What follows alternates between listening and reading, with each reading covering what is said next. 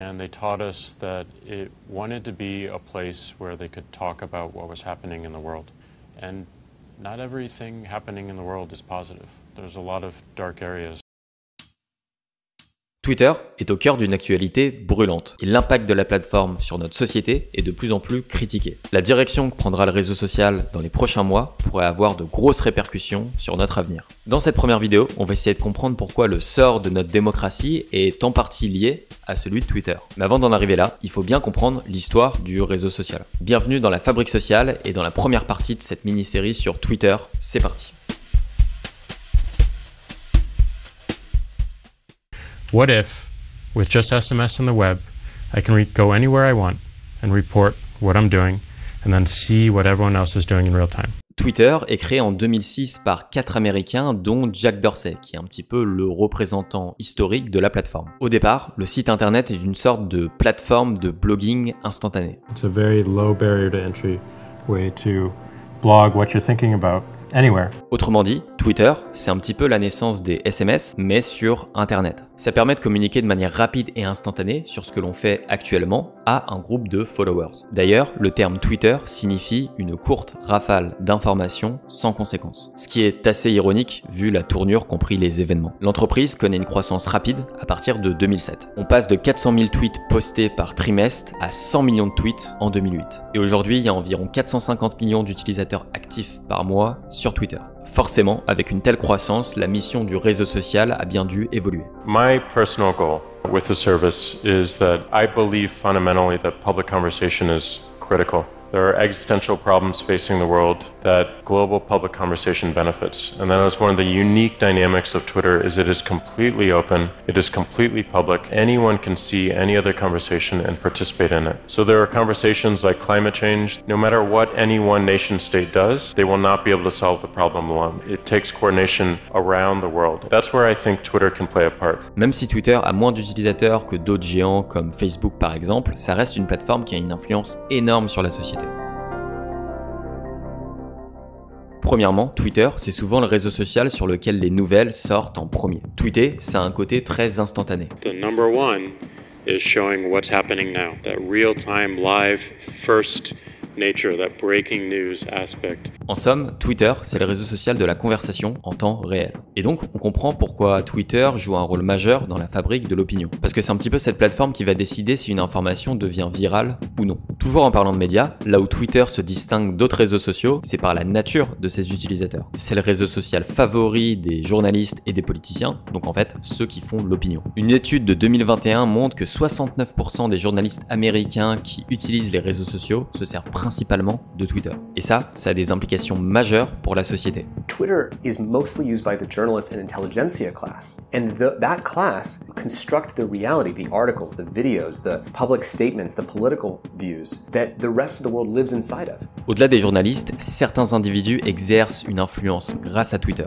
Par exemple, Donald Trump a longtemps dicté le tempo de la géopolitique mondiale à coups de tweets. Elon Musk fait pareil, mais avec le cours des crypto-monnaies. Si Twitter donne du poids à des personnalités, il en donne également à des groupes. Le réseau social a permis à beaucoup de mouvements sociaux d'émerger, on pense à Black Lives Matter, MeToo ou le Printemps arabe. Et c'est là où Twitter est particulièrement intéressant. En permettant à n'importe quel individu ou mouvement d'être entendu, la plateforme a créé un environnement médiatique radicalement différent de celui dans lequel on vivait auparavant. On reviendra un peu plus tard là-dessus dans la vidéo. Ce qui est sûr, c'est qu'avec son expansion ultra rapide, Twitter est devenu le lieu de la conversation publique en un temps record. Le réseau social colle donc parfaitement au motto de la Silicon Valley qui a longtemps été « Move fast and break things ». Le problème, c'est que comme l'explique le slogan, en créant de nouvelles choses, on peut aussi causer des dégâts. We've seen abuse, we've seen harassment, we've seen manipulation, misinformation.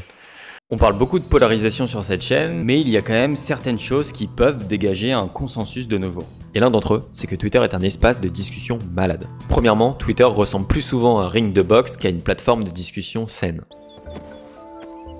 The battles are so brutal that males need years of training to prepare. Par exemple, un rapport d'Amnesty International qui date de 2018 montre qu'un tweet sur 10 qui concernait des journalistes ou des politiciennes noires était abusif ou problématique. C'est l'équivalent de plus d'1 million de tweets par an ou un tweet toutes les 30 secondes. Alors, c'est pas un problème qui est unique à Twitter. On a tous ressenti l'effet de désinhibition que peuvent provoquer les réseaux sociaux. And again, in a world that it's a sport to get upset. Yeah. It's a soothing, fun sport. Mais ça reste un problème majeur.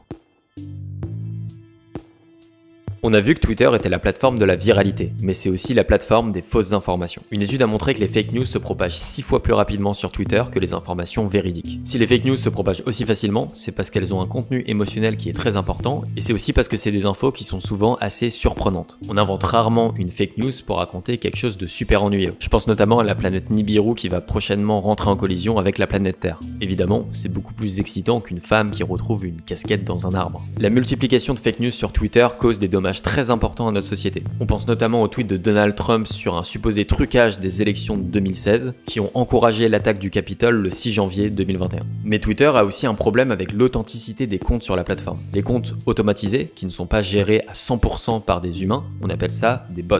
Une étude qui date de 2020 montre que 45% des comptes qui tweetaient à propos du coronavirus étaient des bots. Pour un réseau social qui façonne autant l'opinion publique, c'est un gros problème. Twitter doit donc impérativement trouver des réponses à cette liste de problèmes. Mais pour y arriver, il faudrait déjà trouver leurs racines. Et il pourrait y en avoir plusieurs. When we started the company and the service 12 years ago, we weren't necessarily thinking about some of the repercussions from our actions. 450 millions d'utilisateurs, c'est beaucoup et c'est généralement très bon pour une entreprise comme Twitter. Le revers de la médaille, c'est que plus on a d'utilisateurs, plus on a un système qui est complexe. Et donc plus les conséquences d'une mauvaise décision sont importantes. For instance, we thought, well, people are following you, so we should count them, and then we should put that count right on your profile page, and obviously people care about that, so we should make it big. But that one small choice, and it felt very small at the time and it felt obvious at the time, put an incentive to grow that number. Is that the right attention? Is that the right incentive that we should be driving? Le seul fait d'afficher en grand le nombre de followers va créer une compétition d'attention entre les différents utilisateurs.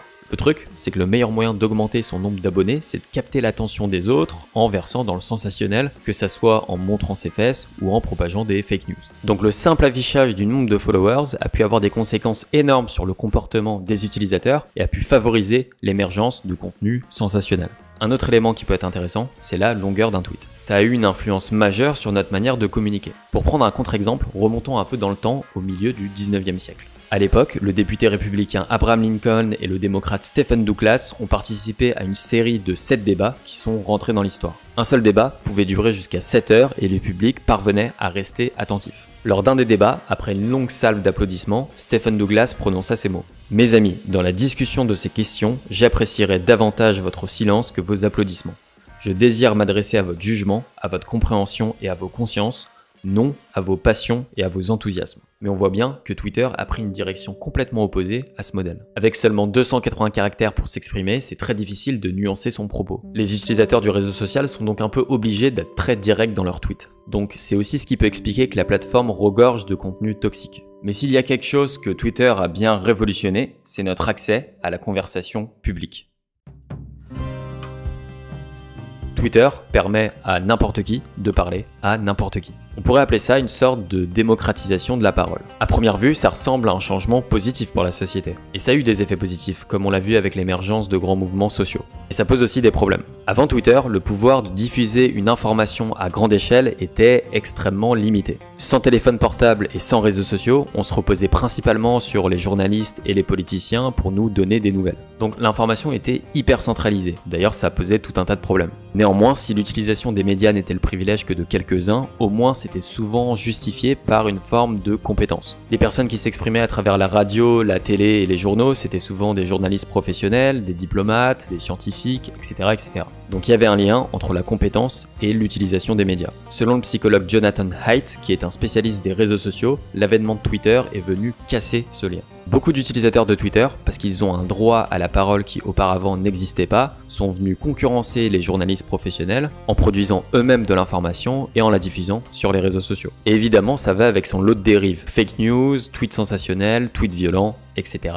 etc. Dans son livre La Constitution du savoir, l'auteur Jonathan Rauch va encore plus loin. Il explique que pour les utopistes de la technologie, comme par exemple Bill Gates, cette forme de désintermédiation de la parole déboucherait sur une société plus sachante et plus sage. 20 years ago, I would have been optimistic that we were moving away from mass communication, radio and TV, that anybody can publish. As a technologist, we all thought we were bringing this thing that would help democracy. Mais des réseaux sociaux comme Twitter, en éliminant notre environnement médiatique, les experts, les éditeurs et les journaux professionnels, ont d'une certaine manière cassé la conversation publique. C'est un peu comme si notre conversation publique avait lieu dans une cantine scolaire dépourvue de règles. Forcément, c'est vite la cacophonie. Mais pour bon nombre de spécialistes des réseaux sociaux, la racine du problème est à trouver du côté du business model. Sur une plateforme comme Twitter, l'algorithme a un rôle fondamental parce que c'est lui qui a la responsabilité d'organiser l'information que des centaines de millions d'utilisateurs font voir chaque jour. Le problème, c'est que l'objectif de l'algorithme, c'est de vous faire rester le plus longtemps possible sur Twitter pour augmenter les revenus de l'entreprise. Donc si Twitter devenait un lieu représentatif de la réalité, qui est souvent bien plus ennuyeuse que telle qu'elle est perçue via les médias, les utilisateurs auraient plus forcément de raison de retourner sur Twitter et ça irait à l'encontre des objectifs financiers de l'entreprise. L'algorithme a donc tendance à favoriser le contenu qui engage. We are addicted because we see something that pisses us off, so we go in and add fuel to the fire, and the daily active usage goes up, and there's more ad revenue there. Le problème, c'est que l'émotion qui engage le plus sur les réseaux sociaux, c'est la colère, comme le montre cette étude. Autrement dit, la colère est l'émotion la plus addictive. Et donc le business model actuel, qui repose sur la maximisation de l'engagement et du temps passé sur site, pourrait être la maladie qui cause tous les symptômes qu'on a décrits précédemment. Mais alors, quelles sont les solutions? Par où commencer et quel avenir pour Twitter?